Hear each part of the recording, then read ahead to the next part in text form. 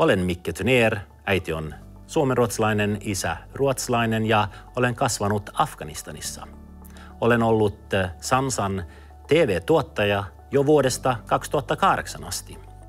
Ensimmäinen tehtävä oli Sat7 persiankielisen TV-studion rakentaminen Kyproksella. 3 vuoden jälkeen jatkoin Sat7:lla työskentelyä, mutta Suomesta käsin.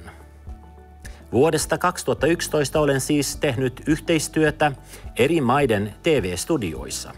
Mun ohjelmia lähetetään ensisijaisesti Iraniin, Afganistaniin ja Tadžikistaniin. Ihmisten auttaminen on kiinnostanut mua pienestä pitäen. Mun vanhemmat ja muut ulkomaalaiset oli esimerkkinä, kun he auttoivat afgaaneja. Tällainen elämä oli mulle täysin normaalia lapsena. Länsimaalaisten perheiden tehtävä oli jakaa ilosanoma ja elää kristittynä muslimien keskellä.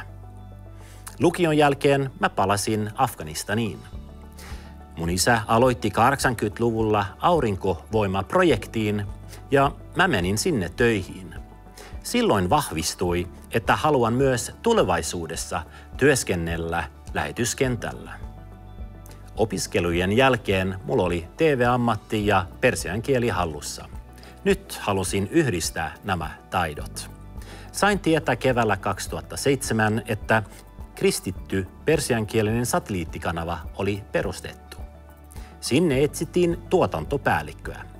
Sansa oli heti valmis tukemaan meidän perheen lähettämistä Kyprokselle, missä Sat7:n kansainvälinen toimisto löytyy. Mun työn ja TV-ohjelmien kautta persiankieliset saa nähdä, minkälaista on elää kristittynä. He saavat raamatun opetusta ja toivoa epätoivon keskellä. Sat7 Parsin visio on, että persiankielisessä maailmassa olisi kasvava kirkko, joka tunnustaa uskoa avoimesti, palvelee yhteisöä ja vaikuttaa myönteisesti yhteiskuntaan ja kulttuuriin. Sähköisen median avulla miljoonat persialaiset pystyy kodin suojassa käyttämään Sat7:n tekemää materiaalia. Kirkon meneminen ja kristitty kirjallisuus on kiellettyä tai ei toivottua maasta riippuen. Tämän takia on tärkeää, että nämä ihmiset saa toivon sanomaa. Muistan yhden afgaanitytön, joka oli perheensä kanssa joutunut pakenemaan uskon vuoksi Tadžikistaniin. Olin kuullut, että tämä tyttö otti usein yhteyttä meidän lastenohjelmaan suoriin lähetyksiin. Perheellä ei ollut varaa oman TV:seen.